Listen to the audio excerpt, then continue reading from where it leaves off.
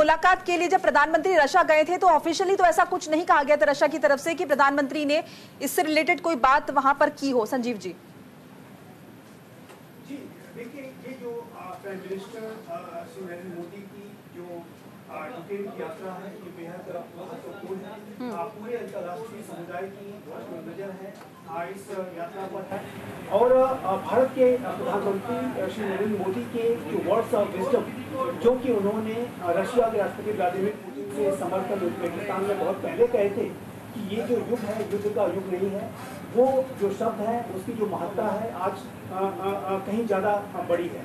अभी आप देखिए तो रशिया और यूक्रेन के बीच का जो युद्ध है वो अभी आप देखिए तो रशिया और यूक्रेन के बीच का ये जो युद्ध है वो ज़्यादा इंटेंसिफाइड हो गया है। यूक्रेन ने भी अब रशिया की टेरिटरी पर हमला करना शुरू किया है। कुर्स रीजन में एक बड़े क्षेत्र पर उसने अपना कब्जा भी कर लिया है और वहीं रशिया की तरफ से यूक्रेन के 4 प्रोविंसेस पर कब्जा किया गया। क्रीमिया को तो उसने 2014 में ही एनेक्स कर लिया था।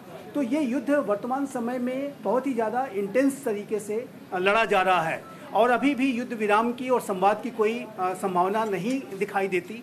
लेकिन मेरा ऐसा मानना है कि भारत के प्रधानमंत्री श्री नरेंद्र मोदी की इस यूक्रेन की यात्रा से जो युद्ध को शांत कराने के दिशा में किए जाने वाले प्रयासों को बल मिलेगा और भविष्य में जब कभी भी रशिया और यूक्रेन के बीच में जाहिर है कि ये युद्ध हमेशा तो नहीं चल सकता, इसका कहीं ना कहीं अंत तो होगा और जब कभी भी ये संवाद की प्रक्रिया आरंभ होगी तो आप उसमें देखेंगे कि भारत की भूमिका बेहद महत्वपूर्ण होगी। भारत जाहिर है कि इस तरीके के प्रयास जो है लगातार कर रहा है कि जो है इन रशिया और यूक्रेन के बीच में जो युद्ध हो ये समाप्त हो, इसका जो समाधान नेगोशिएटिंग टेबल पर निकले। एक बात मैं अवश्य कहना चाहूँगा कि रशिया और यूक्रेन के बीच का ये जो युद्ध है वास्तविक रूप से देखें तो ये रशिया और यूक्रेन के बीच का युद्ध नहीं है। परोक्ष रूप से इनडायरेक्ट तरीके से ये महाशक्तियों के बीच में वर्चस्व की प्रतिद्वंदिता चल रही है। एक तरफ जहां रशिया है वहीं दूसरी तरफ यूनाइटेड स्टेट्स ऑफ अमेरिका और नेटो है।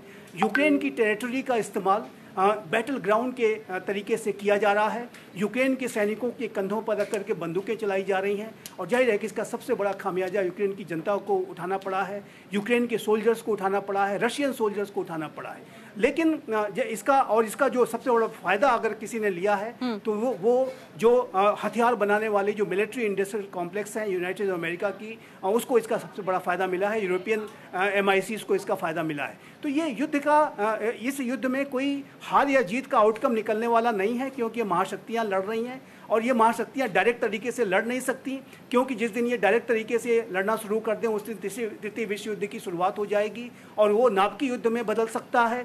म्यूचुअली अश्योर्ड डिस्ट्रक्शन की स्थिति में, सर्वनाशी स्थिति में कोई महाशक्ति नहीं जाना चाहती। लेकिन वर्चस्व की प्रतिद्वंदिता लगातार चल रही। रशिया की भी अपनी महत्वाकांक्षाएं हैं और यूनाइटेड स्टेट्स ऑफ अमेरिका और नेटो की भी अपनी महत्वाकांक्षाएं हैं और ये जब तक ये महाशक्तियां संवाद के लिए तैयार नहीं होंगी, जब तक वो नेगोशिएटिंग टेबल पर नहीं आने के लिए तैयार होंगी, तब तक इस युद्ध की समाप्ति मैं नहीं देखता। और अभी यूनाइटेड स्टेट्स ऑफ अमेरिका में आप देखिए तो वहाँ पे इलेक्शंस की प्रक्रिया चल रही है। मेरा ऐसा मानना है कि यदि राष्ट्रपति ट्रंप चुनाव जीत जाते हैं तो इस युद्ध में शांति की जो संभावनाएं हैं बहुत बढ़ जाएंगी।